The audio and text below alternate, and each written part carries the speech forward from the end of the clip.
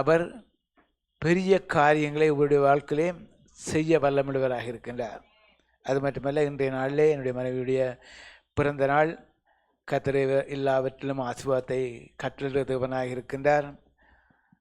தன்னுடைய பிள்ளைகளை ஆண்டவர் தூக்கி சுமக்கிற தெய்வமாக இருக்கின்றார். ஜெபம் பண்ணுவோமாக. நல்ல தேவனே, துதிக்கிறோம், ஸ்தோத்தரிக்கிறோம்.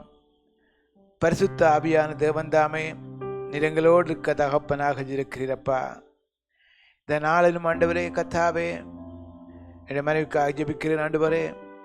உம்முடைய கிருபை இரக்கம் ஆண்டவரே மகளோடு கூட இருந்து இதுவரை காலமும் கண்மணி போல காத்து கொண்ட தேவன், இனிமேலும் காத்து வழிநடத்த தேவனாக இருக்கிறீர். உதவி செய்கிற தேவனாக இருக்கிறப்பா.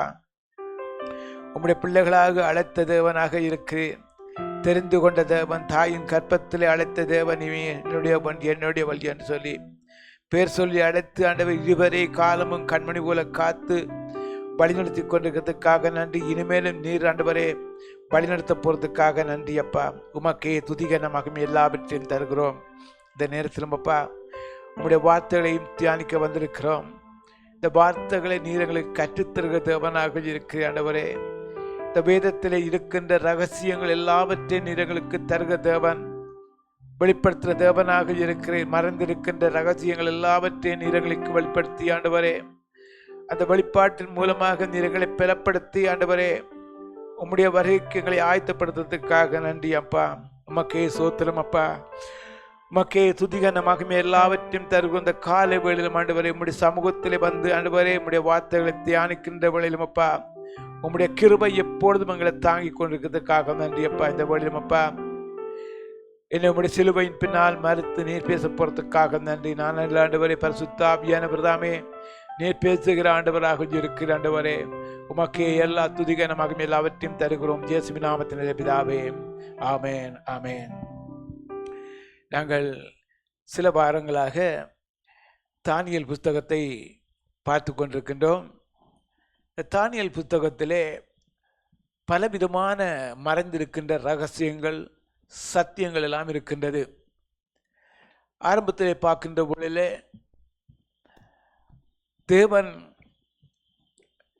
நேபுகாத்நேச்சாரோடும் அவருடைய தகப்பன், அது மட்டுமல்ல அவருடைய பிள்ளைகள், பேரப்பிள்ளைகள், இப்படியாக இவர்கள் யார் என்று பார்க்கின்ற வேளையிலே அந்நிய தெய்வங்களை வணங்கினவர்கள், வணங்கி கொண்டே இருக்கின்றவர்கள். இப்படிப்பட்டவர்களோடு ஆண்டவர் இடப்படுகின்றார். அதுக்கு முன்பாக பார்க்கின்ற வேளையிலே முன்னரைகளை பார்க்கின்றோம். இந்த முன்னரைகளிலே பார்க்கின்ற பொழுதிலே இஸ்ரவேல் ஜனங்களுக்கு ஆண்டவர் கட்டளையிட்ட சில காரியங்களை சொல்லிவிட்டு அங்கே திரும்ப போகின்றோம். உபாகமம் புத்தகத்திலே ஆண்டவர் சொல்லுகின்றார் 28ஆம் அதிகாரத்திலே, உங்களுக்கு வாக்குத்தத்தங்களை தருகின்றேன், அதை மீறாதபடி நடவுங்கள். அப்படி நடக்கின்ற பொழுதிலே இங்கே சொல்லப்படுகின்ற ஆசீர்வாதங்கள் எல்லாம் மாறாக சாவுமாக மாற்றப்படும் என்று சொல்லி ஆண்டவர் மோசே மூலமாக நடத்தி கொண்டு வருகின்றார். நடத்தி கொண்டு வருகின்ற வழியிலே வருகின்றார்கள் பாடுகளோடு உபத்திரங்களோடு. பாலும் தேனுடைய தேசமாகிய கானானுக்குள்ளே வந்தும் அந்த பாலும் தேனுடைய தேசமாகிய கானானுக்குள்ளே ஆண்டவர் மீண்டுமாக தன்னுடைய தாசர்கள் மூலமாக ஜோசுவாவோடு இடப்படுகின்றார். அதுக்கு பின்னாக காலேப்போடு இடப்படுகின்றார். அதே போல் அந்த ஜனங்களுக்கு சத்தியத்தை சொல்கின்றார்கள், சத்தியத்தை விட்டு விலகக்கூடாது என்று சொல்லி. அப்படி விலகுகின்ற ஊழலே சொல்லப்பட்ட ஆசீர்வாதம் எல்லாம் சாபமாக மாறும் என்று சொல்லி அங்கே சொல்லப்படுகிறது. சொல்லிவிட்டு ஆண்டவர் அங்கே திரும்ப பார்க்கின்ற வேளையிலே எசேக்கியா மன்னனுடைய வாழ்க்கையிலே ஆண்டவர் ஒரு ஆசீர்வாதத்தை கொடுக்கின்றார். தேவனுக்கு கொடுக்க வேண்டிய மகிமையை கொடாதனாலே தேவன் அவரோடு இடப்படுகின்றார். இடப்படுகின்ற வேளையிலே அவர் சொல்லுகின்றார், நான் இந்த தேசத்திலே நான் உயிரோடு இருக்க மட்டும் நான் உண்மையுள்ளவனாக உமக்கென்று இருப்பேன் என்று சொல்லுகின்றார். அந்த வேளையிலே ஆண்டவர் சொல்லுகின்றார், உன்னுடைய பிள்ளைகளை நான் தண்டிப்பேன். அது மட்டுமல்ல, நீங்கள் என்னுடைய வார்த்தை கீழ்ப்படியாதனாலே நீங்கள் பாபிலோனுக்கு சிறைப்பட்டு போவீர்கள். தேவனுடைய வார்த்தை சொல்லப்படுகிறது, எங்கே போவீர்கள்? சிறைப்பட்டு பாபிலோனுக்கு கொண்டு போகப்படுவீர்கள். அப்போ ஏன் பாபிலோனுக்கு கொண்டு போகப்படுகிறது சொல்லி பார்க்கின்ற பொழுதில் சில காரியங்கள் பாபிலோன் ராஜ்யத்திலே நடக்கின்ற காரியங்களும் அங்கே இருந்து வருகின்ற சில காரியங்கள், அந்த கிறிஸ்து அங்கே புறப்பட போகின்ற காரியங்கள், இப்படியாக பல காரியங்கள் அங்கே மறந்திருக்கின்றது. வேதத்தை படிக்கின்ற பொழுதில் ஒரு காலத்தில் நான் வேதத்தை படித்து கொண்டு வருவேன். படித்து கொண்டே இருக்கின்ற வழியில் சில வழியில் சில அதிகாரங்களை படிக்கின்ற வழியில் போரிங்காக இருக்கும். யாத்ரா புத்தகம் கடந்து போகின்ற வழியில் ஆதியாகமம் நன்றாக இருக்கும், யாத்ராகமம் நன்றாக இருக்கும், உபாகமம் அதாவது உபாகமம் எண்ணாகமம் இப்படி வருகின்ற வழியில் அங்கே ஆசாரியர்கள் குறித்தது, தேவனுடைய மேய்ப்பர்களுக்கு கொடுக்க இப்படி சில காரியங்களை படிக்கின்ற வழியில் எனக்கு விளங்கவே மாட்டேன். அப்படியே மூடி வைத்து அடுத்த பக்கத்துக்கு போயிடுவேன். இல்லாவிட்டு அந்த அதிகாரங்கள் எல்லாவற்றையும் விட்டுட்டு உபாகமத்துக்கும் வருகின்றவர்கள் கொஞ்சம் கஷ்டமாக இருக்கும். 3:2 ஜோசுவாக்கு வந்துடுவேன். இப்படியாக காலங்கள் கடந்து போகின்ற வழியில் பின்பாக எத்தனையோ தடவைகள் படித்து விட்டேன். ஆனால் அந்த படித்ததை விட இப்போதுதான் இன்னும் இன்ட்ரெஸ்டாக இருக்கிறது. படிக்க படிக்க படிக்க படிக்க இப்போ லேவியராகமத்துக்குள்ளே மறைந்திருக்கிற சத்தியம் இருக்கின்றது எவ்வளவோ. அது அந்த காலத்தில் மறைக்கப்பட்டிருக்கிறது. என்னுடைய கண்கள் குருடாக்கப்பட்டிருந்தது. அந்த குருடாக்கப்பட்ட சத்தியம் எதனாலே வருகிறது? சத்துரு குருடாக்கப்படுகின்றார், எங்களை குருடாக்கம் பண்ணப்படுகின்றது. ஆனால் வேதத்தை படிக்க படிக்க படிக்க அது இன்னும் ஆசீர்வாதத்தை கொடுத்து கொண்டே இருக்கிறது. அப்படியானால் பார்க்கின்ற வழியில் பாருங்கள், ஆண்டவர் சொல்கின்றார், நீங்கள் தேவனுடைய வார்த்தை விட்டு விலகுகின்ற வழியில் சாபம் பெறுகிறது என்று சொல்லி. தேவனுடைய வார்த்தையை விட்டு விலகுகின்ற வழியிலே பாருங்கள், பாலும் தேவனுடைய தேசமாகிய கானானுக்குள்ளே இருக்கின்றார்கள். அவர்கள் தேவனுடைய வார்த்தையை விட்டு அந்நியர்கள் தெய்வங்களை வணங்க ஆரம்பிக்கின்றார்கள். இதனாலே பாபிலோனில் இருந்து நேபுகாத்நேச்சாருடைய தகப்பன் வந்து எல்லாரையும் சிறைப்படுத்தி கொண்டு போகின்றார். சிறைப்படுத்தி கொண்டு போகின்றவர்கள் அந்த வேதங்களை வாசிப்பீர்களாக இருந்தால் பாருங்கள், ஆண்டவர் சொல்லுகின்ற காரியங்கள் எசேக்கியா மன்னனுக்கு சொல்கின்ற அவனுடைய பிள்ளைகள் எல்லாரும் சிறைப்பட்டு போவார்கள். அவனுடைய பிள்ளைகள் எல்லாம் அங்கே பாபிலோனிலே ராஜ்யத்தில், அதாவது அங்கே அரண்மனையிலே வேலைக்கு இருப்பார்கள். அது மட்டுமல்ல, சங்கிலி போட்டு விலங்குகள் விடப்பட்டு உன் பிள்ளைகள் எல்லாம் போவார்கள் என்று சொல்லி சொல்லப்பட்ட வார்த்தைகள் அங்கே நிறைவேறுவதை காண்கின்றோம். எசேக்கியா மன்னனுடைய இரண்டாம் தலைமுறையானவர்கள் கைது செய்யப்பட்டு போகின்றார்கள். அங்கே அவர்களை சங்கிலியாலே கட்டப்பட்டு கண்கள் குருடாக்கப்பட்டு அங்கே அரண்மனையில் இருக்கின்றார்கள். காரணம் என்றால் தேவனுடைய வார்த்தை சொல்லப்படுகிறது, வார்த்தையை மீறுறதுனாலே வந்த பிரச்சனைகள், சாபங்கள். சரி, இப்போது தேவனுடைய வார்த்தையை தீர்மானிக்கின்றவர்களே அங்கே தானியேல் புத்தகத்திலே பார்க்கின்றவர்களே தானியேல் சிறைப்பட்டு போய் இருக்கின்றார்கள். எங்கே இருக்கின்றார்கள்? விக்கிர ஆராதனை செய்து கொண்டிருக்கிறவரிடம் சிக்கப்பட்டிருக்கின்றார்கள். நேபுகாத்நேச்சார் தகப்பனெல்லாம் விக்கிர ஆராதனைக்காரர்கள்.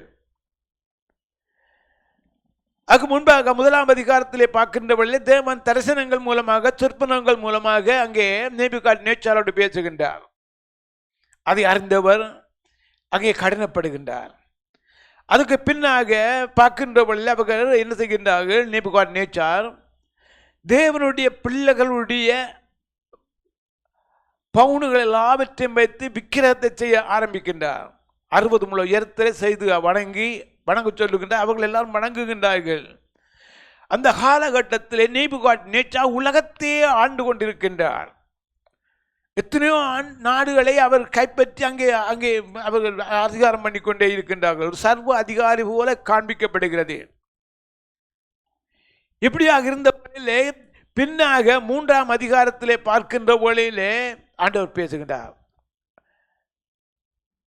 அங்கே விக்கிரகத்தை செய்கின்றார்கள், வணங்குகின்றார்கள். தேவனுடைய பிள்ளைகளை வணங்க சொல்லுகின்றவர்கள் அவர்கள் உதாசீனப்படுத்தி அங்கு வணங்கவில்லை. இதனாலே அவர்களை அக்கினியிலே சூளையிலே போடப்படுகின்றார்கள். அந்த இடத்திலும் தேவன் நேபுகாத்நேச்சாரோடு பேசுகின்ற காரியம் அங்கே மனம் திரும்புகிற போல வருகிறது. ஆனால் மனம் திரும்பவில்லை. சரி, இனி பார்க்கின்ற வேளையில் 4ஆம் அதிகாரத்திலே பார்க்கின்ற வேளையில அந்த 4ஆம் அதிகாரத்தில் கொஞ்சம் மனம் திரும்புவது போல காணப்படுகிறது. அவருடைய உள்ளத்திலே தேவன் பேசுகிறது போல ஒரு காணப்படுகின்ற சில காரியங்களை பார்க்கின்றோம். 4ஆம் அதிகாரம் 1வது வசனத்தில் பார்க்கின்ற வேளையில் பாருங்கள், ராஜாவாகிய நேபுகாத்நேச்சார் பூமி எங்கும் குடியிருக்கிற சகல இனத்தாருக்கும் ஜாதியாருக்கும் பாதைக்காரருக்கும் எழுகிறது என்னவென்றால், உங்களுக்கு சமாதானம் பெருக கடவது என்று சொல்கின்றார். அப்படியானால் எல்லாருக்கும் எழுதுகின்றார். யாரை குறித்து எழுதுகின்றார்? உண்மையான தேவனை குறித்து எழுதுகின்றார். ஆண்டவராகிய தேவனை குறித்து எழுதுகின்ற காரியங்கள் சொல்லிவிட்டு எழுதுகின்றார், உங்களுக்கு சமாதானம் பெருக கடவது. ஏன் அப்படி எழுதுகின்றார்? நேபுகாத்நேச்சார் விக்கிரகாராதனை செய்தவர். இப்போ அவர் மூலமாக தேவனுடைய வார்த்தை போகின்றது. போகின்ற வழியில் அவர்களுக்கு என்ன வரும்? குழப்பம் வரும். இப்போ நாங்கள் விக்கிரகாராதனையில் இருந்தவர்கள் திடீர்னு ஒரு நாளைக்கு நாங்கள் மனம் மாறவில்லை. ஆண்டவராகிய இயேசு கிறிஸ்துவின் சத்தியத்தை நம்முடைய வீட்டுக்கு அனுப்புகின்ற வழியில் அவர் குழம்பி போவார்கள். என்ன, அவங்களுக்கு சமாதானம் இல்லாமல் போயிடும். என்ன சமாதானம் இல்லை? இவங்க விக்கிரகாரக்காரர்கள், கடவுளை அதாவது விக்கிரங்களை துதித்தவர்கள் இப்போ தேவனுடைய ஆண்டவராகிய இயேசு கிறிஸ்துவை பொறுத்து அங்கே எழுதுகிறார்கள் என்று சொல்லிவிட்டு அங்கே குழம்பு வரும். அதே போல இங்கே நேபுகாத்நேச்சார் எழுதுகின்ற வழி அவர் சொல்லுகின்றார், உங்களுக்கு சமாதானம் பெருக கடவது. நான் எழுதுகிறதுனாலே உங்களுக்கு குழப்பம் முதல் வேண்டாம். என்ன வேண்டாம்? உங்களுக்கு குழப்பம் வேண்டாம். உன்னதமான தேவன் என்னிடத்தில் செய்த அடையாளங்களையும் அற்புதங்களையும் பிரசித்தப்படுவது எனக்கு நன்மையாக கண்டது. அந்த தேவன் யார்? அதுக்கு முன்பாக விக்கிரகத்தை வணங்கி கொண்டே இருக்கின்றார் 3ஆம் அதிகாரம் 2ஆம் அதிகாரத்திலே. ஆனால் இந்த இடத்துல வருகின்றவளே உன்னதமான தேவன். அந்த உன்னதமான தேவன் என்ற வார்த்தை விக்கிரங்களுக்கு எந்த இடத்திலுமே கொடுக்கப்படவில்லை.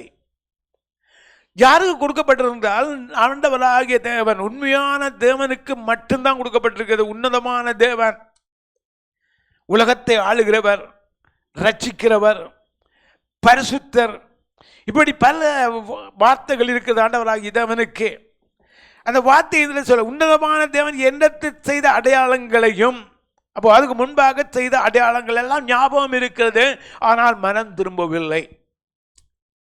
பாருங்க, வேதத்திலே சில காரியங்களை பார்க்கின்றோம். அடிக்கடி கடிந்து கொள்ளப்பட்டும் தன் பிரடியை கடினப்படுத்துகிறோம், சகாயமின்றி சடுதியிலே நாசமாவான்.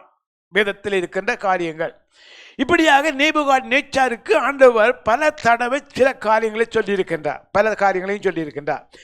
பாருங்கள், சொல்லுகின்றார், அவருடைய அடையாளங்கள் எவ்வளவு மகத்துவமும் அவருடைய அற்புதங்கள் எவ்வளவு வல்லமையும் இருக்கிறது. அவருடைய ராஜ்யம் நித்திய ராஜ்யம். அவர் எழுதிவிட்டு சொல்கின்றார், அவருடைய ராஜ்யம். யாருடைய ராஜ்யம்? ஆண்டவராகிய தேவனுடைய ராஜ்யம் நித்திய ராஜ்யம். அதுக்கு அழிவு கிடையாது. ஏன்? அவர் உணர்ந்து கொண்டார், சில காரியங்கள் உணர்ந்து கொண்டார். ஆனால் இருதய கடினம் இருக்கிறது. இஸ்ரவேல் ஜனங்களை பாலும் தேனுடைய தேசமாகிய கானானுக்கு அழைத்து வருகின்ற வேளையிலே ஆண்டவர் பார்வோனுடைய இருதயத்தை என்ன செய்தாராம்? கடினப்படுத்தினார். ஏன்? ஒரு தடவை கடினப்படுத்தி விட்டுவிட்டால் ஜனங்கள் போயிடுவார்கள். பார்வோன் பின்தொடர்ந்து பிரச்சனை கொடுப்பான், அவர்களை அழிப்பார்கள்.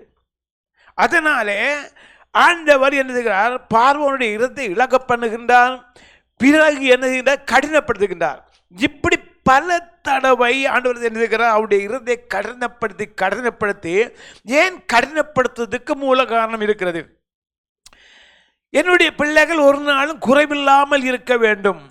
நம்முடைய வாழ்க்கையில் சில வேளை நமக்கு ஒரு பிரச்சனை வருவதாக இருந்தால் அந்த பிரச்சனைக்கு ஒரு நன்மையான காரியத்தை வைத்திருக்கிறார் என்றுதான் அர்த்தம். மறந்துவிடக்கூடாது. இப்போ பார்வோனுடைய இருதயத்தை கடினப்படுத்துவதற்கு மூல காரணம், ஒரு 2 தடவை 3 தடவை கடினப்படுத்தி விட்டிருந்தால் அவர்கள் வெறுங்கையோடு தான் வந்திருப்பார்கள். நினைப்பார்கள், எப்படி வருவார்கள்? வெறுங்கையோடு வருவார்கள். வெறுங்கையோடு வருகின்றவளை 40 வருடங்கள் எப்படி இருப்பார்கள்? ஆனால் ஆண்டவர் பிளான் பண்ணியிருக்கிறார். ஜனங்களுக்கோ தெரியாது, ஜனங்களுக்கே தெரியாது. நமக்கு கூட சில காரியங்கள் தெரியாது. எனக்கு என்ன நடக்க போகிறது நாளைக்குன்னு எனக்கு தெரியாது, ஆனால் ஆண்டவருக்கு தெரியும். தன்னுடைய பிள்ளைகளுக்கு என்ன தேவை என்பதை அறிந்து ஆராய்ந்து எல்லாவற்றையும் முன்குறித்து வைத்திருக்கின்றார். அதை ஒழுங்கும் கிரகுமாக செய்து முடிக்கிறது தான் நம்முடைய ஆண்டவராகிய இயேசு கிறிஸ்து. கர்த்தருக்கு ஸ்தோத்திரம் உண்டாவதாக. இப்போ அந்த ஜனங்களை கடினப்படுத்தி கடைசியாக ஏழாத கடைசியில் எல்லாரும் ஓடுங்க அடித்து திறத்துறது போல வந்து விட்டது. அந்த நேரத்திலே தான் அவர்களுடைய வாழ்க்கை தேவன் ஏன் கடினப்படுத்தினார் என்பது புரிகிறது. ஏனென்றால் எல்லாரிடம் போய் நீங்கள் உடைமைகள் கேட்டு வாங்கள், பொன்னுடைமைகள், வெள்ளி உடைமைகள், அங்கே ஆகாரங்கள் எல்லாம் கொடுக்கப்படுகிறது. இஸ்ரவேல் ஜனங்கள், அதாவது இஸ்ரவேல் ஜனங்கள் எல்லாம் பெற்றுக் கொள்ளுகின்றார்கள். எகிப்து ஜனங்கள் இவர்களை போனால் காணும் என்று விட்டு தங்களிடம் இருந்த சொத்து, சுதந்திரம், நகை எல்லாவற்றையும் கொடுத்து அனுப்புகின்றார்கள். இப்போது வருகின்றவர்கள் எப்படி வருகின்றார்கள்? பாலும் தேனும் தேசமாகிய கானானுக்குள்ளே வருகின்றவர்கள் இஸ்ரவேல் ஜனங்கள் ஆசீர்வாதத்தோடு தான் வருகின்றார், குறைவில்லாமல் வந்து கொண்டே இருக்கின்றார்கள். அப்படியானால் நம்முடைய வாழ்க்கையில ஒரு போராட்டம் இருக்கிறது வைத்துக் கொள்ளுங்கள். இந்த போராட்டத்துக்கு பின்னாக ஒரு நன்மையான காரியம் நடக்கும் என்பதை நாம் மறந்துவிடக்கூடாது. ஆமென். நிச்சயமாக நடக்கும், நிச்சயமாகவே ஒரு முடிவு உண்டு. நம்பிக்கை ஒரு நாளும் வீண் போகாது. அல்லேலூயா. பாருங்கள், அவருடைய காரியங்களை பார்க்கின்றவர்கள், அவருடைய அடையாளங்கள் எவ்வளவு மகத்துவமும், அவருடைய அற்புதங்கள் எவ்வளவு வல்லமையாக இருக்கிறது. அவருடைய ராஜ்யம் நித்திய ராஜ்யம். அவருடைய ஆளுகை தலைமுறையாக நிற்கும் சொல்லிவிட்டு நேபுகாத்நேச்சர் சொல்லுகின்றார், அவருடைய ராஜ்யம் நிரந்தரமானது, அவருடைய ஆளுகை தலைமுறையாக நிற்கும். அப்படியானால் ஆண்டவர் சொன்னார் ஆபிரகாமுக்கு, உன் சந்ததியை நான் 1000 தலைமுறை மட்டும் விசாரிக்கிறவர். 1000 தலைமுறை வரவில்லை, இப்போதும் விசாரித்துக் கொண்டு தான் இருக்கின்றார். இப்போதும் ஆண்டவராகிய தேவன் தன்னுடைய பிள்ளைகளை விசாரித்துக் கொண்டே இருக்கின்றார். அப்போ நேபுகாத்நேச்சர் விக்கிரக ஆராதனைக்காரர். ஆனால் சில காரியங்கள் சொல்லுகின்ற வழியில் அது தரிசனமாக சொல்லப்படுகின்ற காரியமாக இருக்கிறது. நேபுகாத்நேச்சராகிய நான் என் வீட்டில் சௌக்கியம் உள்ளவனாயிருந்து என் அரண்மனையிலே வாழ்ந்து கொண்டிருந்தேன். அடுத்து சொல்லுகின்றார், நான் என் வீட்டிலே சௌக்கியமுள்ளவனாயிருந்து நல்லா இருக்கின்றேன், நல்ல சௌக்கியமுள்ளவனாயிருக்கின்றேன். எனக்குடைய வாழ்க்கையில எனக்கு வியாதி இல்லை, பிரச்சனை இல்லை, எல்லாம் நல்லாக இருக்கேன், என் சரீரம் எல்லாம் நன்றாக இருக்கிறது, எல்லாவற்றையும் சொல்லுகின்றார். அரண்மனையிலே வாழ்ந்து கொண்டிருந்தேன். இப்ப அரண்மனையிலே வாழ்ந்து கொண்டிருக்கின்றேன். நான் ஒரு சொற்பனத்தை கண்டேன். முன்னுக்கும் ஒரு சொற்பனத்தை காண்கின்றார், இப்போதும் ஆண்டவர் சொற்பனத்தை காண்பிக்கின்றார். முதல் சொற்பனம் என்னவென்றால், ஒரு பெரிய விக்கிரமம், அதாவது சிலை ஒன்றை காணுகின்றார். அந்த சிலை அங்கே ஓங்கி இருக்கிறது, பார்க்க சந்தோஷமாக இருக்கிறது. அந்த சிலையை அங்கே ஒரு கல் வந்து மோதி பூமியிலே அந்த சிலையை உடைத்து போடுகிறது. அதை குறித்து காண்பிக்கின்றார். 3ஆம் அதிகாரத்திலே அதெல்லாம் இருக்கிறது. அது படித்தோம் கடந்த காலத்துக்கு முதல் வாரம். அது எல்லாத்தையும் காண்பிக்கின்றார். ஆனால் இந்த இடத்தை வருகின்ற வேளையிலே மீண்டுமாக ஆண்டவர் ஒரு சொற்பனத்தை காணுகின்றார். நான் ஒரு சொற்பனத்தை கண்டேன், அது எனக்கு திகழை உண்டாக்கினது. என் படுக்கை மேல் எனக்கு உண்டான நினைவுகளும் தலையில் தோன்றின தரிசனங்களும் என்னை கலங்க பண்ணிற்று. இந்த கலக்கத்தை குறித்து தான் அங்கே சொல்லுகின்றான். ஜனங்களுக்கு, உலகத்திலே இருக்க ஜனங்கள் எல்லாருக்கும் சொல்லிக்கொண்டே இருக்கின்றார்கள், நான் கண்ட சொற்பனம் தரிசனம் என்னை கலங்க பண்ணி இருக்கிறது, எனக்கு வேதனை உண்டாயிருக்கிறது. நான் அரண்மனையில் இருக்கின்றேன், ஒரு சந்தோஷமாக இருக்கின்றேன், பிரச்சனை இல்லாமல் இருக்கின்றேன். ஆனால் இந்த தரிசனம் எனக்கு கலக்கம் உண்டாகிவிட்டது. பாருங்க, அநேக ஜனங்களுடைய வாழ்க்கையில இருப்பார்கள், சந்தோஷமான கனவு காண்பார்கள். சிலவள் நினைப்பார்கள், ஆஹா, ஆண்டவர் என்னை சந்தோஷமாக வைக்கின்றார் என்றது. சில காரியங்களை ஆண்டவர் மறைத்து வைத்திருப்பார், சில காரியங்களை மறைத்து வைத்திருக்கின்றார். சில காரியங்கள் சொற்பனங்கள், தரிசனங்கள் அப்படி காண்பிக்கின்றவர்களே தன்னுடைய தாசர்களுக்கு வெளிப்படுத்துகிறவனாக இருக்கின்றார் நடக்கப் போகின்ற காரியங்களை. இந்த சொற்பனத்துக்கு ஆகியால் சொற்பனத்தின் அர்த்தத்தை எனக்கு தெரிவிக்கத்தக்கதாக பாபிலோனில் உள்ள ஞானிகள் எல்லாம் என்னிடத்தில் கொண்டு வரும்படி கட்டளையிட்டேன். அப்பொழுது சாத்திரிகளும் சோதியர்களும் கல்நேரும் குறிசொல்களும் என்னிடத்தில் வந்தார்கள். சொற்பனத்தை நான் அவர்களுக்கு சொன்னேன், ஆனாலும் அதன் அர்த்தத்தை எனக்கு தெரிவிக்காமல் போய்விட்டார்கள். ஒருவராலும் தெரிவிக்க முடியவில்லை. தேவன் சில காரியங்களை சொல்லுகின்ற வழியில யாராலுமே புரிந்து கொள்ள முடியாது. அதற்கான ஆண்டவராக தேவன் சொன்னார், நீங்கள் சொற்பனக்காரரை, அதாவது சோசியர்களை பார்க்க வேண்டாம், குருசலிடம் போக வேண்டாம், அவர்களுக்கு எந்த காரியத்தை நான் வெளிப்படுத்த மாட்டேன், எந்த காரியத்தையும் வெளிப்படுத்த மாட்டேன். அல்லேலூயா. பாருங்க, அப்போ சாத்திரம் சோதர்கள் எல்லாரும் வந்திருக்கின்றார்கள். அவர்களால் ஒன்றுமே சொல்ல முடியவில்லை. கடைசியிலே என் தேவனுடைய நாமத்தின்படியே பெல்ஷாத்சார் என்னும் பெயரிடப்பட்டு பரிசுத்த தேவன் ஆவியுடைய தானியேல் என்னிடத்தில் கொண்டு வரப்பட்டான். அவரிடத்தில் நான் சொற்பனத்தை தெரிவித்து சொன்னதாவது, சாத்திரிகள் அதிபர்களாகிய பெல்ஷாத்சாரே, பரிசுத்த தேவனுடைய ஆவி உன்னுக்குள் இருக்கிறதென்றும் எந்த மறுபொருளையும் அறிவது உனக்கு அறிதல்லவென்றும் நான் அறிவேன். நான் கண்ட என் சொற்பனத்தின் தரிசனங்களையும் அதன் அர்த்தத்தையும் சொல்லு. நான் படுத்திருந்த போது என் தலையில் தோன்றின தரிசனங்கள் என்னவென்றால், இதோ தேசத்தின் மத்தியிலே மிகவும் உயரமான ஒரு விருட்சத்தை கண்டேன். உயரமான ஒரு விருட்சத்தை கண்டேன். அந்த விருட்சம் வளர்ந்து பலத்து தேசத்தின் எல்லை பரியந்தம் காணப்படத்தக்கதாக அதன் உயரம் வானவருந்தம் எட்டினது. நேபுகாத்நேச்சார் காண்கின்றார், ஒரு தரிசனத்தை காண்கின்றார், சொற்பனத்தை காண்க. சொற்பத்திலே பெரிய ஒரு மரம் ஒன்றிருக்கிறது. அது ஆகாயத்தை தொடக்கூடிய அளவு அது பரவி இருக்கிறது, உயரமாக இருக்கிறது, நாலு புறமும் அங்கே வளர்ந்திருக்கிறது, செழிப்பாக இருக்கிறது. நம்முடைய தேசத்திலும் ஒரு மரம் இருக்கிறது. இது என்ன மரம்? பெரிய ஒரு ஆலமரம். எங்கும் பார்க்கலாம். யாழ்ப்பாண தேசத்தில் ஆலைமரம், இந்த ஆலமரம் விழுதுபட்டு அங்கே உயரமாக இருக்கும். ஆனால் 5 வருடம் 10 வருடம் மழையில் ஆற்றாலும் அது செழிப்பாகத்தான் இருக்கும். அவ்வளவு பெரிய ஆலமரம். அதனுடைய காரணம் என்னவென்றால், யாழ்ப்பாண தேசத்தில் 20-30 ஆழத்திலே கிணறு இருக்கிறது, கிணறுகள் இருக்கிறது, தண்ணீர் அதிலே இருக்கிறது. சிலர் தண்ணிக்காக 30 முழ நிலம் தாளத்திலே வெட்டி தண்ணி எடுப்பார்கள். சில இடங்களே 10 முழத்திலே இருக்கிறது, 10 முழத்திலே தண்ணி எடுக்கலாம். சில இடங்களே 8 முழத்திலேயும் தண்ணி இருக்கிறது, ஒவ்வொரு இடத்தை பொறுத்து. ஆனால் இந்த ஆலமரத்துக்கு விசேஷத்த குணம் என்று இருக்கிறது. 40-50 அடி தாழ்வத்துக்கு அதனுடைய வேர் போகும். 40-50 அடி அகல தாழ்வத்துக்கு அந்த வேர் ஆணி வேர் விட ஒரே ஒரு வேர், பக்கத்து கிளைகள் வேர்கள் இருக்குது, அது போகாது. ஆனால் அந்த ஆணி வேர் மட்டும் சுமாராக 40-50 அடி முழத்துக்கு கீழே போகும். அதாவது தண்ணீருக்கு கீழே செல்லக்கூடிய ஒரு குணாதிசயம் படுத்து அதனுடைய வேர். அது எந்த காலத்திலும் அந்த மரம் வாடாது. என்றால் அங்கே செலுத்தப்பட்டு அங்கே என்ன செய்கிறது, தண்ணீர் உறிஞ்சிக்கொண்டே இருக்கும், எந்த நாளும் தண்ணீர் குடித்து கொண்டே இருக்கும். அதனாலே அந்த ஆலமரம் அங்கே ஒரு நாளும் விலை சொரியாது, வாடி போகாது, எந்த ஒரு காயம் அதுக்கு கிடையாது, அது செழிப்பாகத்தான் இருக்கும். அதே போல நேபுகாத்நேச்சார் செழிப்புள்ளவராக இருக்கின்றார். எப்படி செழிப்பு அவருக்கு வருகிறது? அநேகர் கப்பங்கட்டுவர்களாக இருந்தார்கள். கப்பங்கட்டுவது வரி, பல தேசங்களிலிருந்து வரி நேபுகாத்நேச்சாருக்கு வந்து கொண்டே இருக்கும். இப்போ அவர் செல்வ செழிப்புள்ளவராக இருக்கின்றார், செல்வ செழிப்பாக வாழ்ந்து கொண்டே இருக்கின்றார்.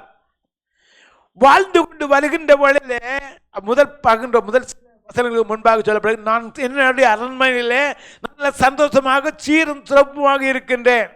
அதற்கு மூல காரணம் என்னவென்றால், பக்கத்து தேசங்களில் இருந்து இவர்களுக்கு கப்பம் வந்து கொண்டே இருக்கிற, அதாவது அங்கே டாக்ஸ் வந்து கொண்டே இருக்கிறது, பொருளாதாரம் வந்து கொண்டே இருக்கிறது, நகை வருகிறது, எல்லாம் வருகிறது. பொருளாதாரத்துக்கு யுத்தம் பண்ணுகின்ற போல அங்கே இருக்கின்ற பவுனுகள் பொண்ணு எல்லாம் கொண்டு வருகின்றார். இப்படியாக அவர் செல்வ சீவானாக வந்து கொண்டே இருக்கின்றார். அந்த நேரத்தில் தரிசனம் சொற்பனம் காணப்படுகிறது. அந்த சொற்பனத்தை யாருமே சொல்ல முடியவில்லை. ஆனால் நேபுகாத்நேச்சாருடைய அரண்மனையிலே வேலை செய்கின்ற தானியேலோ அதை சொல்லுகின்றார். பாருங்க, அவர் சொல்லுகின்ற வழி, அந்த விருட்சம் வளர்ந்து பலத்து தேசத்தில் அல்லிவரிந்தம் காணப்படத்தக்கதாக அது உயரம் வாழவரிந்தம் எட்டினது. அதன் இலைகள் நேற்றியும் அதன் கனி மிகுதியுமாயிருந்தது. எல்லா ஜீவனும் அதன் ஆகாரத்து உண்டாகத்தக்கதாக அதன் கீழே வெளியின் மிருகங்கள் நிலக்கு ஒதுங்கினது. அதன் கொம்பு ஆகாயத்து பட்சிகள் தாபித்து சகல பிராணிகளும் அதனால் பொசிக்கப்பட்டது.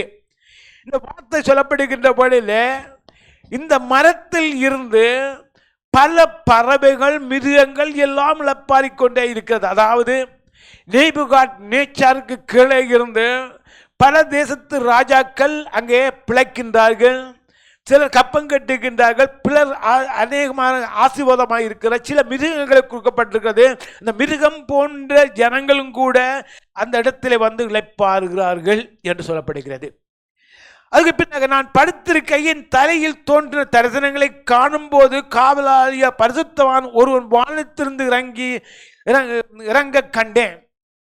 சொல்லுகின்ற நான் படுக்கையில் இருக்கின்ற வேளையில அங்கே வானத்தில் இருந்து ஒரு பரிசுத்தவான் இறங்கி வர கண்டேன். அது யார்? நம்முடைய ஆண்டவராகிய தேவன். யாரோடு பேசுகின்றார்? விக்கிரகாரனுக்காரனோடு பேசுகின்றான். ஏன் விக்கிரகாரனோடு பேசக்கூடாதா? பேசுவார் ஆண்டவர். ஏன்னா மனம் திரும்புவதற்காக தேவன் யாரோடும் பேசுவார். கொள்ளைக்காரனோடும் பேசுவார், அங்கே குறைச்சதனோடு பேசுவார், துர்மனக்கனோடு சேருவான், விபச்சாரக்காரோடு பேசுவார் ஆண்டவர். எல்லாரோடும் பேசுவார். ஏன் பேசுகின்றார்? மனம் திரும்ப வைப்பது என்னுடைய ஆண்டவராகிய இயேசு கிறிஸ்துக்கு தவிர வேறு யாருக்குமே கிடையாது. அதுக்காகத்தான் அவர் தன்னையே பலியாக்கிய தேவன். அவர் உரத்த சத்தமிட்டு, இந்த விருட்சத்தை வெட்டி இதன் கொப்புகளை தடுத்து போடுங்கள், இதன் இலைகள் உதிர்ந்து இதன் கனிகள் செழியுங்கள், இதன் கீழுள்ள மிருகங்களும் இதன் கொம்புகளும் பட்சிகளும் போய்விடட்டும், ஆனாலும் இதன் வேர்களாகிய அடி மரம் பூமியில் இருக்கட்டும், இரும்பும் வெண்குமரமான விலங்கு இடப்பட்டு வெளியின் பசும்புல்லிலே தங்கி ஆகாயத்து பனியிலே நனைவதாக, மிருகங்களோட பூமியில் பூண்டிலே அவனுக்கு பங்கு இருக்க கடவது என்று சொல்லுகின்றது சொல்லாரான் ஆண்டவர். இந்த மரத்தை வெட்டி போடுங்கள், இந்த விருட்சத்தை வெட்டி போடுங்கள், வெட்டி போட்டு அங்கே கிளையெல்லாம் தடுத்து விடுங்கள். ஆண்டு சொன்ன மாத்திரத்திலே அவருக்கு திகழ் வந்துட்டு பயங்கரம் வந்தது. என்ன இதனுடைய அர்த்தம் புரியவில்லை அவருக்கு. தானியேல் கேட்கின்றார். தானியேல் சொல்லுகின்ற பதில் ஒரு விசை பார்க்கின்றார், திகைத்து போயிருக்கின்றார். என்ன திகைப்பு வந்து விட்டது? நேபுகாத்நேச்சார் ஒரு விக்கிரகாரன். இந்த சொற்பனத்தை பார்க்கின்ற வேளையில அவருடைய அர்த்தத்தை சொல்ல முடியாது. அதாவது அவருக்கு இருக்கிறது, ஆனால் உடனே சொல்ல முடியவில்லை. வைத்துக்கொண்டே இருக்கின்றார், திகைத்து போயிருக்கின்றார். அப்போதான் நேபுகாத்நேச்சார் சொல்கின்றார். அப்பொழுது 19ஆம் வசனத்திலே, அப்பொழுது நேபுகாத்நேச்சார் ஒரு நாளியை மட்டும் திகைத்து சிந்தித்து கலங்கினான். ராஜா அவனை நோக்கி, பெல்ஷாத்சாரே, சொப்பனமும் அதன் அர்த்தமும் உன்னை கலங்க பண்ண வேண்டியதில்லை என்றார். அப்பொழுது பெல்ஷாத்சார் பிரதிரமாக, என் ஆண்டவரே, அந்த சொற்பனம் உம்முடைய பகைவிடத்தும் அதன் அர்த்தம் உம்முடைய சத்துருவிடத்திலும் பலிக்க கடவது. இந்த சொற்பனத்தை பார்த்துவிட்டு கேட்டுவிட்டு தானியேலுக்குள்ளே ஒரு பயம், நடுக்கம் வந்துவிட்டது.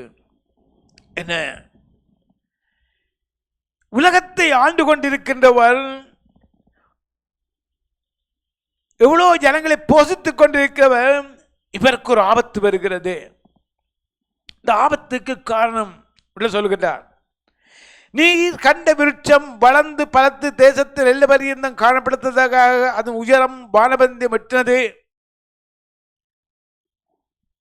அதன் இலைகள் நேற்றியும் அதன் கனி மிகுதியும் ஆயிருந்தது.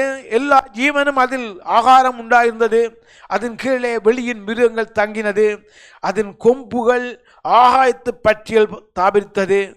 அது பெரியவரும் பலத்துமாயிருக்கிற ராஜாவாகிய நீதாமே சொல்லுகின்றார். ஆண்டவரே, அந்த இடத்துல அவர் கனம் வைத்திருக்கின்றார். ராஜா என்கின்ற கனம் வைத்தாலே தவிர மற்றபடி அவர் வணங்கவோ, அவர் செய்த சிலைகளை வணங்கவோ, அல்லது அவருக்கு தேவனுக்கு விரோதமான காரியத்தை செய்யவோ அவர் புறப்படவில்லை. தரிசனத்தை மற்றும் சொல்லுகின்றார். அவர்களுக்கு தேவ ஆவி இருந்தது. அப்படிப்பட்டவர் கூட காலில் விழுந்து வணங்கன்னு சொன்னால் வணங்க மாட்டார். தேவனை தவிர அவருக்கு வணங்குவதற்கு யாருமே கிடையாது. அப்படிப்பட்டவர் தான் தானியேல். ஆனால் இந்த வார்த்தை சொன்ன உடனே அவருக்குள்ளே ஒரு கலக்கம் வந்து விடுகிறது. எப்படிப்பட்ட ஒரு பெரிய ராஜா, உலகத்தை ஆண்டு கொண்டிருக்கிற ராஜா, இவருக்கு இப்படி சோதனை வந்த மரம் நீர்தான் ஆண்டவரே, நீர்தான் ஆண்டவர் உன்னை வெட்டி போட சொல்லுகின்றார். சொல்லிவிட்டு சொல்கின்றார், இந்த விருட்சத்தை வெட்டி இதை அழித்து போடுங்கள், ஆனாலும் இதன் வேர்களாகி அடிமரம் தலையில் இருக்கட்டும் என்றும் இரும்பும் வெண்கலவுமான விலங்கிடப்பட்டு வெளியின் பசும்பொருளே தங்கி ஆகாயத்து பணியில் நனைவதாக 7 காலங்கள் அவன் மேல் கடந்து போகும் மட்டும் மிருகங்களோடே அவனுக்கு பங்கு இருக்க கடவதென்று வானத்திலிருந்து இறங்கி சொன்ன பரிசுத்த காவலானை ராஜாவாகிய நீர் கண்டீரே. ராஜாவே, அதன் அர்த்தமும் ராஜாவாகிய ஆண்டவர் பேரில் வந்த உன்னதமான தீர்மானமும் என்னவென்றால், மனுஷன் என்று நீர் தள்ளப்படுவீர், வெளியின் மிருகங்களோட சஞ்சரிப்பீர், மாடுகளைப் போல புல்மேய்ந்து ஆகாயத்து பணியில் நனைவீர். உன்னதமானவர் மனுஷனுடைய ராஜ்யத்தில் ஆளுகை செய்து தமக்கு சித்தமானவனுக்கு அதை கொடுக்கிறார் என்பதை நீர் அறிந்து கொள்ள மட்டும் 7 காலங்கள் உம்முடைய பேரில் கடந்து போக வேண்டும். ஆனாலும் விருட்சத்தின் பேகலாகி அடிமரம் தலையிலே இருக்கட்டும் என்று சொல்லப்பட்டது என்னவென்றால், நீர் பரம அதிகாரத்தை அறிந்தபின் ராஜ்யம் உனக்கு நிலைக்கும். இந்த வார்த்தை சொல்லுகின்ற பாருங்க, அந்த ராஜா எப்படிப்பட்டவர், ஆளுகை பண்ணிக்கொண்டே இருக்கின்றார். தானியேலுடைய வார்த்தை கேட்ட மாத்திரத்திலே பயம் உண்டாகியிருக்கும். பயந்தவர், கேட்டவர். அன்னைகளுடைய வார்த்தையை பார்க்கின்ற வேதத்தை படித்து கொண்டு வருகின்ற வேளையில சில வார்த்தை எங்களோடு பேசுகின்றது. படிக்கின்ற வழிகளோடு பேசும். என்ன ஆண்டவர் பேசுவார். நான் பேசின உடனேயே சில நாட்கள் மௌனமாக இருப்பேன். அதை கடைப்பிடித்துக் கொண்டிருக்கிற ஆண்டவனோடு பேசுகிறார். ஆனபடியால் நான் கவனமாக இருக்க வேண்டும். ஆனால் கொஞ்ச நாட்கள் கடந்த உடனேயே என்னுடைய இருதயம் மாறுபடுகிறது. உலகத்துக்கு பின்னாக போக ஆரம்பிக்கின்றோம். உலகத்துக்கு பின்னாக போகின்ற வழியில் பாடுகள் வருகின்றது, பிரச்சனைகள் வருகிறது. வேதம் சொல்லுகிறது, பிரச்சனைகளை குறித்து பார்க்க உலகத்துக்கு பின்னாக போகாதீர்கள். ஆண்டவராய் தேவன் சொல்லுகின்ற வழி, ஆண்டவராய் இயேசு கிறிஸ்து, நானே வழியின் சத்தியமும் ஜீவனுமாக இருக்கின்றேன், ஜீவனானவர் நான், உங்களுக்கு அதிகாரத்தை தந்திருக்கின்றேன். எதற்கு அதிகாரம் தந்திருக்கிறார்? பிசாசை துரத்தவும் தேவனுடைய வார்த்தைகளை நான் படிக்கவும் எங்களுக்கு ஒரு அதிகாரத்தை தந்திருக்கின்றார். அதை கடைப்பிடிக்கின்ற வழி நம்முடைய வாழ்க்கையில பிரச்சனைகள் எல்லாம் போய்விடுகிறது. பிரச்சனை எப்போது தோன்கிறது என்றால், நம்முடைய வாழ்க்கையிலே நம்முடைய தேவனுடைய வார்த்தையை விட்டு கொஞ்சம் விலகுகின்ற வழியில் பிரச்சனை வருகிறது. அதுதான் இங்கே நேபுகாத்நேச்சாருக்கு வருகின்ற பாடுகள், உபத்திரவங்கள். நேபுகாத்நேச்சாருக்கு சொன்ன மாத்திரத்திலே, தானியேல் சொன்ன மாத்திரத்திலே அவருக்கு பயம் வந்து விட்டது, திகில் வந்தது. கொஞ்ச காலம் போய்கொண்டே இருக்கின்றார். அவருக்கு இருந்த பெருமையெல்லாம் குறைந்து விட்டது, பிரச்சனை எல்லாம் குறைந்து விடுகிறது. எல்லாருக்கும் நிருபங்களை அனுப்பிவிட்டார், எல்லாம் செய்திருக்கின்றார். இப்போ அவருடைய உள்ளத்திலே தேவனுடைய வார்த்தை பேசிக்கொண்டே இருக்கிறது. எத்தனை மாதங்கள்? 12 மாதங்கள் தான் பேசினது. 12 மாதங்கள் தேவனுடைய வார்த்தையிலே இருந்தவர்.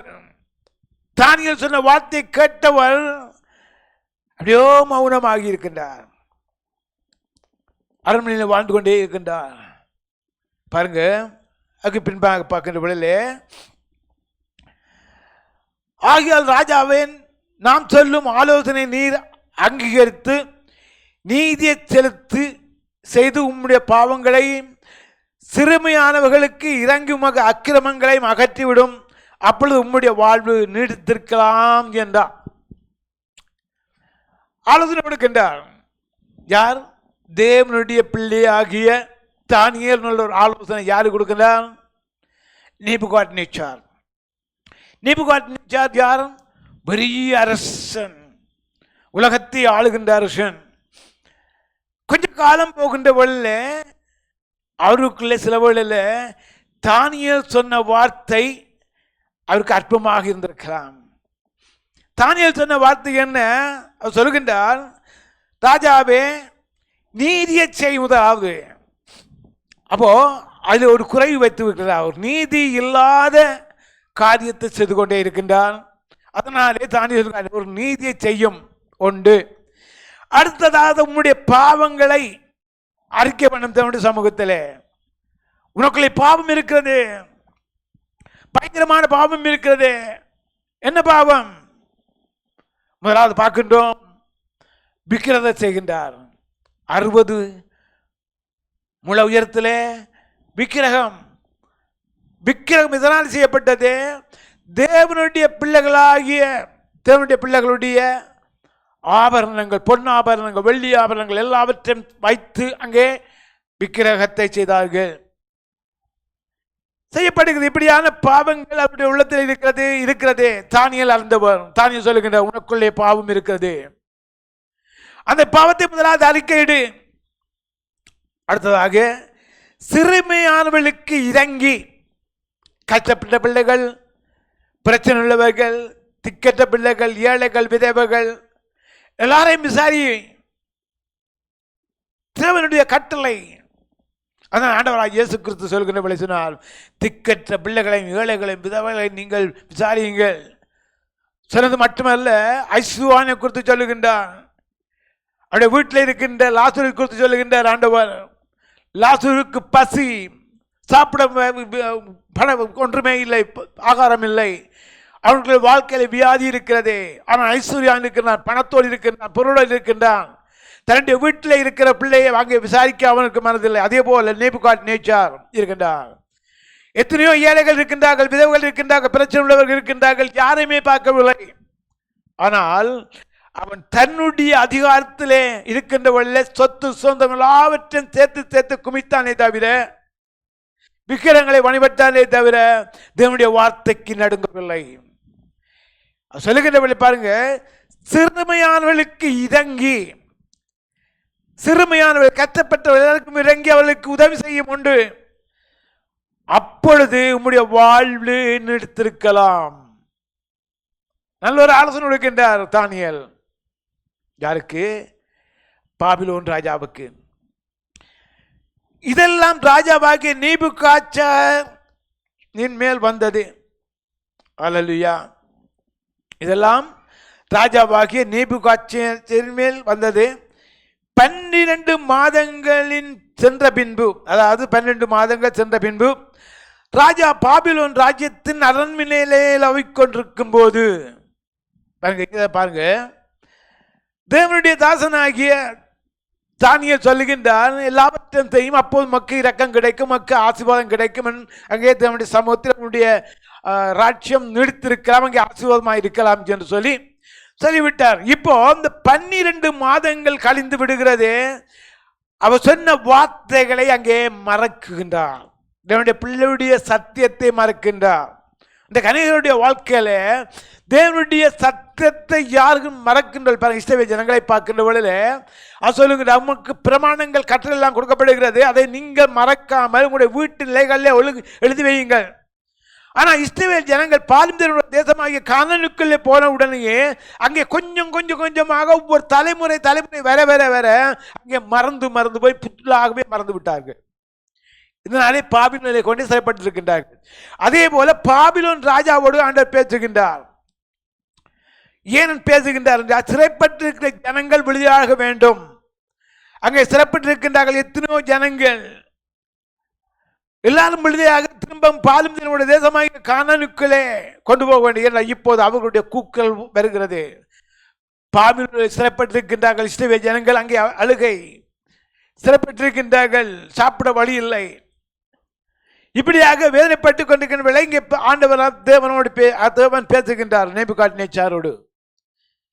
12 மாசங்கள் பாருங்க, இதெல்லாம் ராஜாவாகிய வந்தது. 12 மாதம் சென்ற பின்பு ராஜா பாபிலோன் ராஜ்யத்தில் அரண்மனையில் உள்ள ஆய்வு கொண்டிருக்கும் போது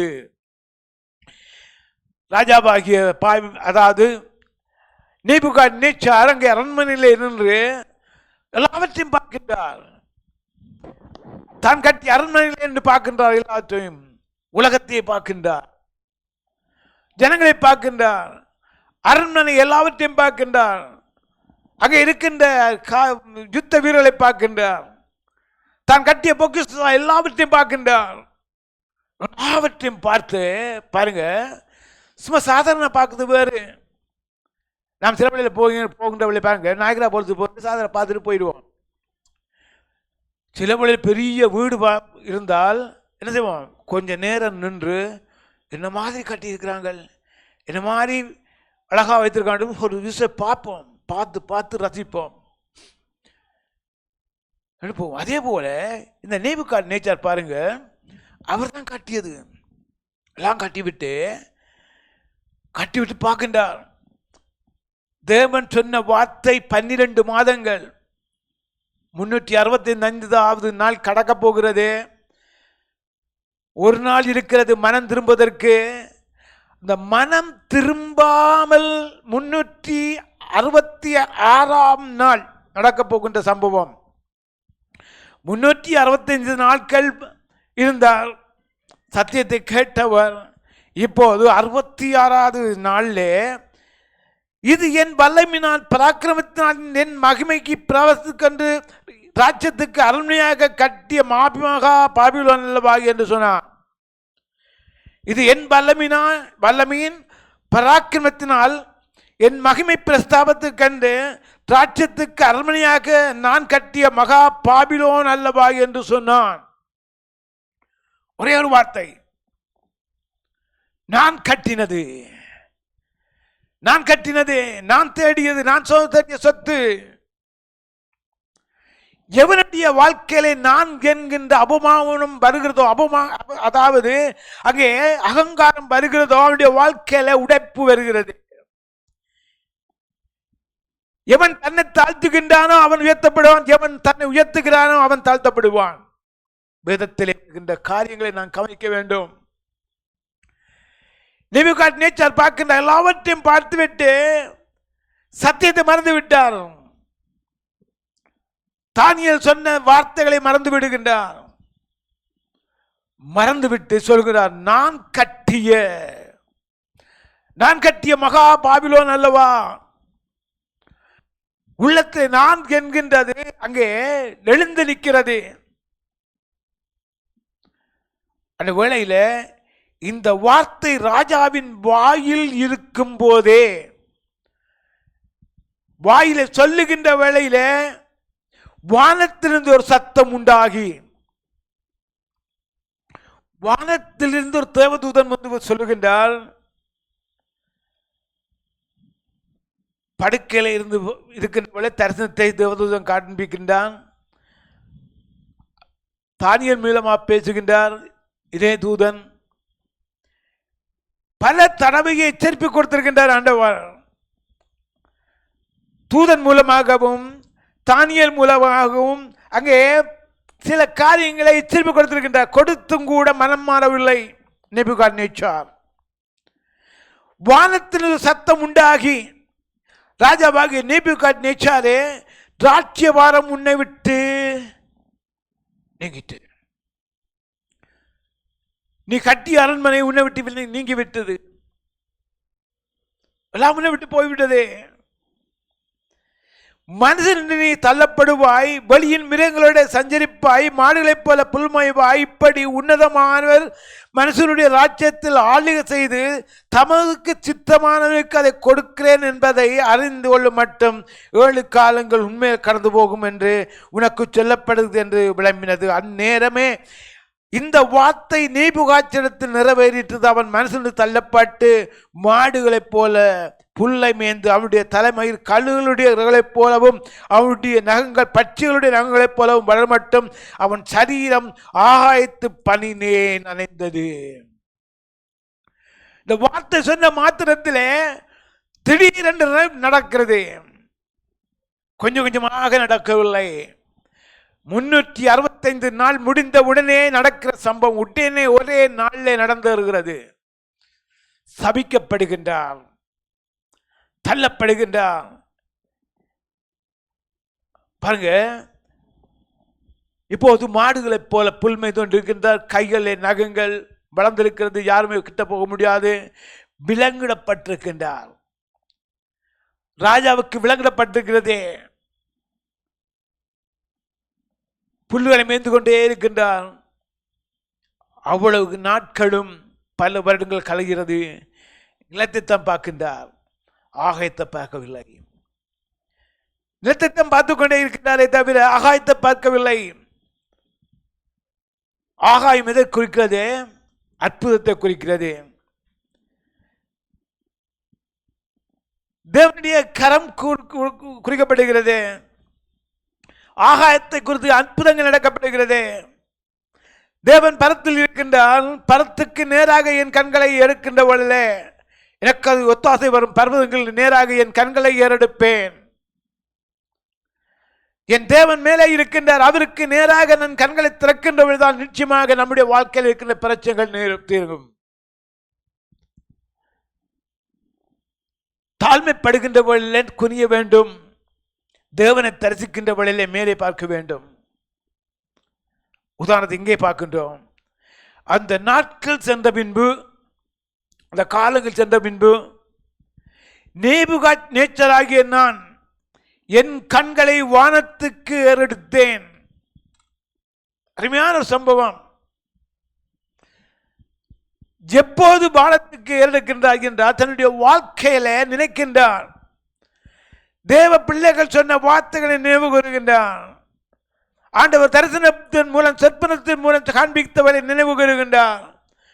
நினைவு கொண்டு அன்றைக்கு தான் திரும்ப மேலே ஆகாயத்தை நோக்கி பார்க்கின்றார். ஆகாயத்தை நோக்கி பார்க்கின்ற பொழுதிலே என் புத்தி எனக்கு திரும்ப வந்தது. இப்போ புத்தி இல்லாத ஒரு மனுஷனாக தரையிலே நடந்து கொண்டே இருக்கின்றார். புல்லை மேய்ந்து கொண்டே இருக்கின்றார். தேவனை நோக்கி பார்த்த மாத்திரத்திலே அங்கே புத்தி திரும்ப வருகிறது. அப்படிதான் உன்னதமானவரை ஸ்தோத்தரித்து என்றைக்கும் ஜீவித்திருக்கிற புகழ்ந்து மகிமைப்படுத்தேன். அவருடைய கர்த்தத்துவம் நித்திய கர்த்தத்துவம், அவருடைய ராஜ்யமே தலைமுறை தலைமுறையாக நிற்கும். இதுதான் பூர்ண மனம் திரும்பினது. தேவனுடைய வாழ்க்கை, தேவனுடைய பிள்ளைகள் சொல்லுகின்ற வழியிலே கேட்காதவைகள், மனம் திரும்பாதவைகள் இப்போ தேவன் தண்டித்த மாத்திரத்தில் அதுக்கு பின்னாகத்தான் மனம் திரும்புகள். சொல்வார்கள், மீனை வலையில வீசினால் அங்கே அகப்படுகின்ற வேளையிலே முழுமையாக வருமாம். தூண்டில போடுகின்ற வேளையிலே தூண்டில் அகப்பட்ட மீனை கலட்டுகின்ற வேளையிலே என்னக்கும் தொண்டைகள் கிழிக்கப்பட்டு வெளியே வரும் மீன். அதே போல தான் இப்ப நேபுகாத்நேச்சருடைய வாழ்க்கையில கிழிக்கப்பட்டார், உடைக்கப்பட்டார். அவர் திரும்ப வந்து சொல்கின்ற வார்த்தை என்ன? பூமியின் குடிகள் எல்லாம் ஒன்றுமில்லை, பூமியின் குடிகள் எல்லாம் ஒன்றுமில்லை என்று எண்ணப்படுகிறார்கள். அவர் தமது சித்தத்தின்படியே வானத்தின் சேனைகளையும் பூமியின் குடிகளையும் நடத்துகின்றார். அவருடைய கையை தடுத்து அவரை நோக்கி என்ன செய்வேன் என்கிறீர் சொல்லத்தக்கவன் ஒருவரும் இல்லை என்றேன். அவ்வேளையில் என் புத்தி எனக்கு திரும்பி வந்தது. ராஜ்யபாரத்தின் மேன்மைக்காக என் மகிமையும் என் முகங்களையும் எனக்கு திரும்ப வந்தது. என் மந்திரிமார்களும் என் பிரபுக்களும் என்னை தேடி வந்தார்கள். என் ராஜ்யத்திலே நான் விஸ்தரப்படுத்தப்பட்டேன். அதிக மகத்துவம் எனக்கு கிடைத்தது. எழுதுகின்றார் எல்லா தேசங்களுக்கும். நான் வேதனைப்பட்டேன், கஷ்டப்பட்டேன், அங்கே பிரச்சனைப்பட்டேன். இப்போ நான் வானத்துக்கு நேராக என் கண்களை எடுத்த வேளையில் என்னுடைய வாழ்க்கையில எனக்கு இருந்த பிரச்சனைகள் எல்லாம் மாறிவிட்டது. என்னை விட்டு போனவர்கள் எல்லாரும் திரும்பி வந்து விட்டார்கள். அப்படி அவர்தான் உண்மையான தேவன். ஆகையால் நேபுகாத்நேச்சராகிய நான் பரலோகத்தின் ராஜாவை புகழ்ந்து உயர்த்தி மகிமைப்படுத்துகின்றேன். அவருடைய கிரியைகள் எல்லாம் சத்தியமும் அவருடைய வழிகள் நிச்சயம் நியாயமானவைகள். அகந்தாய் நடக்கவளை தாழ்த்த அவராலே ஆகும் என்று எழுதி எல்லாருக்கும் அனுப்புகின்றார். பாருங்க, அங்கே ஒரு ராஜா, பழைய காலத்தில் ஒரு ராஜா மனம் திரும்பினால் அந்த நாடே மனம் திரும்பும். ஏனென்றால் ராஜா எதை சொல்லுகின்றாரோ அதை அந்த ஜனங்கள் கேட்கும். அதே போல அந்த தேசத்திலே பல தேசங்கள் ரசிக்கப்பட்டது அந்த காலங்களில். நேபுகாத்நேச்சார், அதுக்கு முன்பாக நேபுகாத்நேச்சாரை பார்க்கின்ற பொழுதே விக்கிரகாராதனை செய்தவர். கடைசியாக தேவனுடைய பிள்ளைகளாகிய தேவனுடைய பிள்ளைகளாலே தேவனாலே மனம் திரும்பியாக எழுந்து ஜெபம் பண்ணுவோமாக. ஆண்டவரே துதிக்கிறோம் அப்பா, மகிமையான கண்மலையே துதிக்கிறோம், ஸ்தோத்தரிக்கிறோம் அப்பா. இரக்கமும் மன உருக்கமும் உள்ள தேவனே, உமக்கே துதிகர மகிமை. ஹல்லேலூயா. நீர் நல்லவர், வல்லவர், வாக்குமாறாத தேவனே துதிக்கிறோம் ஐயா. ஓ ஹல்லேலூயா.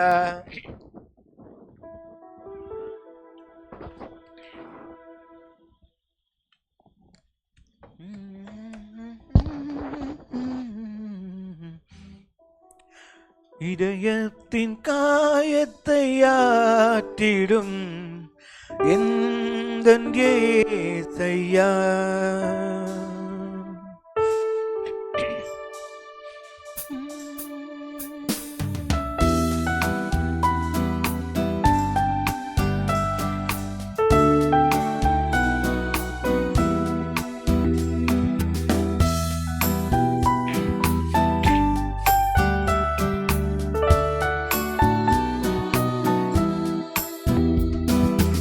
இதயத்தின் காயத்தை ஆற்றிடும் எந்தன் இயேசையா. என் இதயத்தின் காயத்தை ஆற்றிடும் எந்தன் இயேசையா. என் இதயத்தின் காயத்தை ஆற்றிடும் எந்தன் இயேசையா.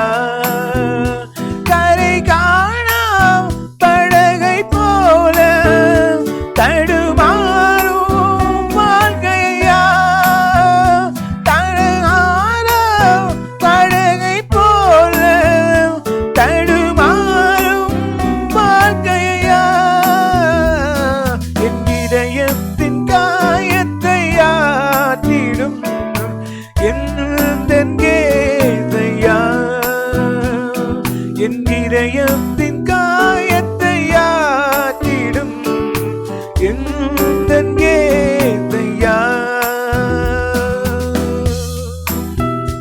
ஆண்டவரே, யோவானை போல உடைய மார்பிலே நாம் தாய வேண்டும் ஆண்டவரே. உங்களுடைய தரிசனங்களை ஆண்டவரே, சொற்பனங்களை நாம் காண வேண்டும் ஆண்டவரே. உமக்கே துதிகன மகிமை எல்லாவற்றையும் தருகிறோம். ஹல்லேலூயா.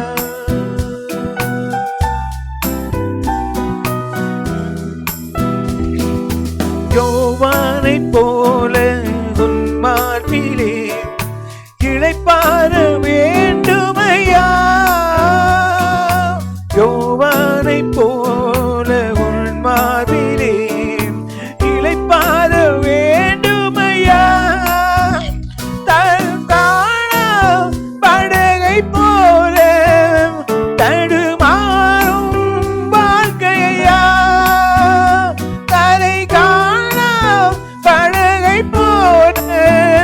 தடுமாறும் வாழ்க்கையா.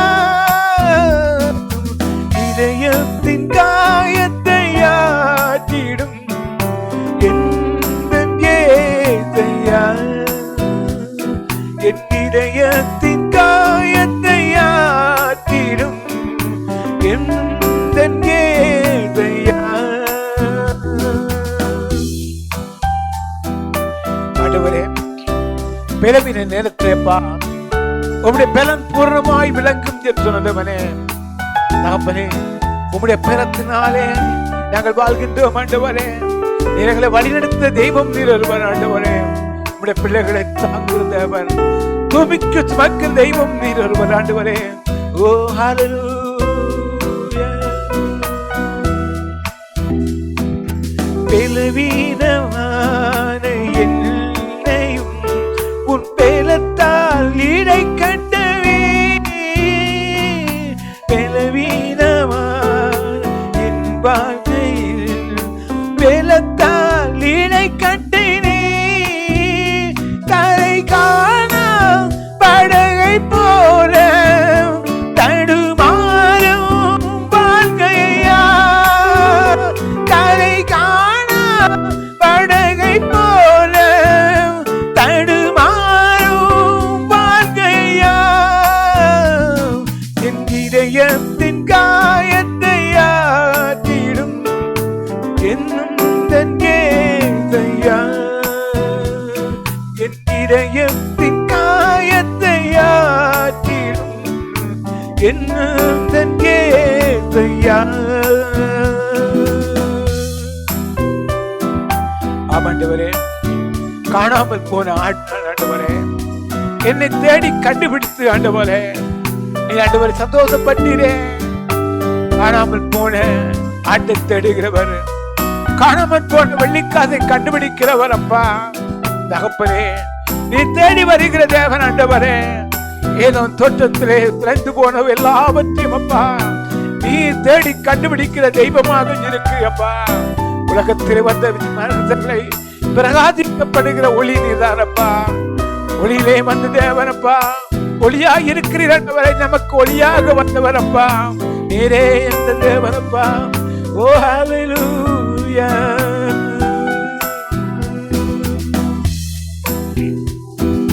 காணாமல் போன ஆடினா அன்போடு தேடினீரே.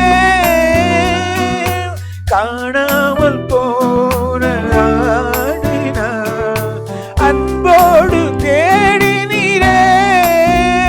கரை காண படகை போல தடுமாறும் வாழ்க்கையா. கரை காண படகை போல தடுமாறும் வாழ்க்கையா. இதயத்தின் காயத்தை ஆற்றிடும் எந்தன் ஏசையா. இதயத்தின் காயத்தை ஆற்றிடும் எந்தன் ஏசையா. யோவானை போல என் மார்பிலே இளைப்பாற வேண்டுமையா. யோவானை போல உன் மார்பிலே இளைப்பாற வேண்டுமையா.